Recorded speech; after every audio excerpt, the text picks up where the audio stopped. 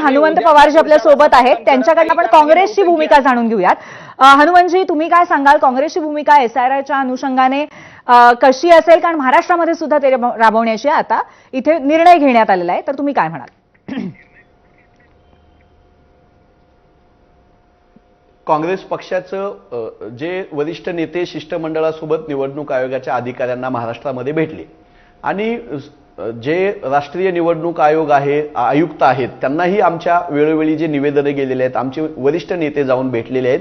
मतदार याद्यामध्ये मृत लोकांची नावं काढली पाहिजेत, जी लोक जिवंत आहेत त्यांची नावं त्यांच्या परस्पर वगळली नाही गेली पाहिजे आणि मतदार यादी ही स्वच्छ झाल्याशिवाय निवडणुका घेतल्या नाही पाहिजेत, ही ठाम काँग्रेस पक्षाची मागणी आहे.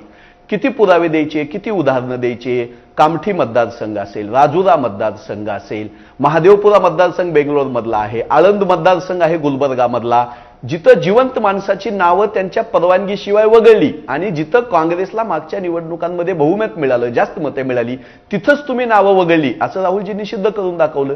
ज्यांची नावं वगळली ती लोक जिवंत आहेत हे उभा करून दाखवलं, तरी निवडणूक आयोग बोलायला तयार नाही. महाराष्ट्रामध्ये त्याचीच पुनरावृत्ती होते. कितीतरी नावं अशी आहेत की जी एका घरामध्ये वेगळ्या जातीची, वेगळ्या धर्माची 40, 50, 80 नावं पुण्यामध्ये, पुणे जिल्ह्यामध्ये, माझ्या धाराशिव जिल्ह्यामध्ये अशी चोरी आम्ही विधानसभा निवडणुकीच्या वेळेस पकडली ना. 6,500 मतदार असे बोगस नोंदवण्याचा प्रयत्न होत होता, जे निवडणूक आयोग, शिवसेना, काँग्रेस, राष्ट्रवादी आम्ही हाणून पाडले. त्यांच्यावर FIR दाखल झाले. गृह खातं देवेंद्र फडणवीस साहेबांकडे आहे, बीजेपीकडे आहे. त्या FIR वर 8-9 महिने झाले तरी काहीही चौकशी झाली नाही. त्यामुळे काँग्रेस पक्षानं मत चोरीचा मुद्दा अजेंड्यावर आणलेला आहे. राहुलजी गांधींपासून हर्षवर्धनजी सपकाळांपर्यंत आम्ही बोलत आहोत. आमच्यासोबत राष्ट्रवादी काँग्रेस आहे, शिवसेना आहे, आता आदरणीय राजसाहेब ठाकरे आलेले आहेत, तर भाजपानंही सोबत यावं ना. मतदार याद्या दुरुस्त असल्या पाहिजे आणि कुठलीही शंका निवडणूक निर्णय प्रक्रियेवर नसली पाहिजे. हनुमंतजी, तुम्ही म्हणताय की राज ठाकरे आलेले आहेत, परंतु पूर्णपणे काँग्रेसने स्वीकारलेलं आहे का त्यांना? कारण त्याबद्दल सातत्याने प्रश्न निर्माण होतोय. आजच्या सुद्धा संपूर्ण झालेल्या बैठकीला काँग्रेसचे बडे नेते आलेले नव्हते.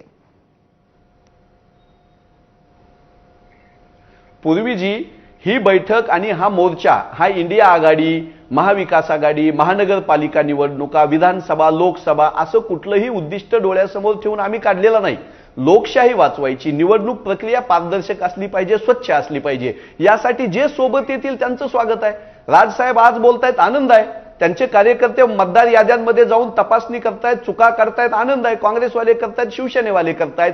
भारतीय जनता पक्षानं पण हे केलं पाहिजे अशी आमची अपेक्षा आहे. पण ते हे न करता निवडणूक आयोगाचं प्रवक्तेपद अमित शहा साहेबांपासून देवेंद्र फडणवीस साहेबांपर्यंत सगळी मंडळी निवडणूक आयोगाचंच प्रवक्तेपद हनुमंतजी, प्रश्न असा आहे की राज ठाकरे असताना तुमचे बडे नेते, खास करून प्रदेशाध्यक्ष हर्षवर्धन सपकाळ, हे बैठकीला किंवा पत्रकार परिषदेला काय येत नाहीत?